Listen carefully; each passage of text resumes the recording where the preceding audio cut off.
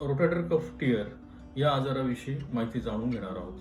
Rotator cuff tear म्हणजे काय, तर जो आपला सांधा आहे, खांदा, त्याच्या आतमध्ये चार मसल असतात, मांस.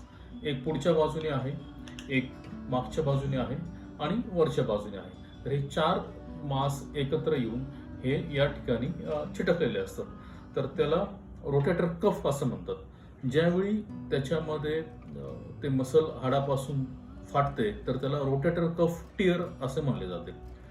तर ज्यावेळी ते मांस हाडापासून फाटेल त्यावेळी पेशंटला त्याचा हात वरती घेता येत नाही, कारण ते मांस काम करत नसल्यामुळे हाड वरती जाऊ शकत नाही, सांधा हलू शकत नाही. तर त्यासाठी काय केले जाते, तर त्यासाठी सर्वात आधी एक MRI स्कॅन करावा लागेल पाहण्यासाठी की ते मसलमध्ये कितपत टिअर आहे, तो कोणत्या प्रकारचा टिअर आहे.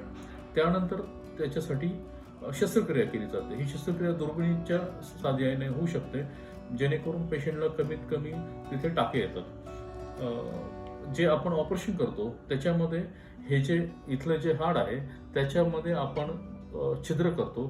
त्याच्या आतमध्ये अँकर म्हणजे स्क्रू त्याच्या आतमध्ये टाकले जातात. त्याला बाहेर थ्रेड्स असतात, त्याला धागे असतात. त्या धाग्याच्या साहाय्याने पुन्हा ते मांस शिवून ते त्या हाडावरती चिटकवले जाते. ते मांस पुन्हा हाडावरती नॅचरली चिटकण्यासाठी, नैसर्गिकरित्या चिटकण्यासाठी साधारणपणे 3 महिने लागतात. 3 महिन्यानंतर व्यायाम करून पेशंटला त्याचा हात पुन्हा पूर्ववत हलवता येतो, तो पुन्हा वरती जाऊ शकतो. याला रोटेटर कफ रिपेअर असे म्हणले जाते. थँक्यू.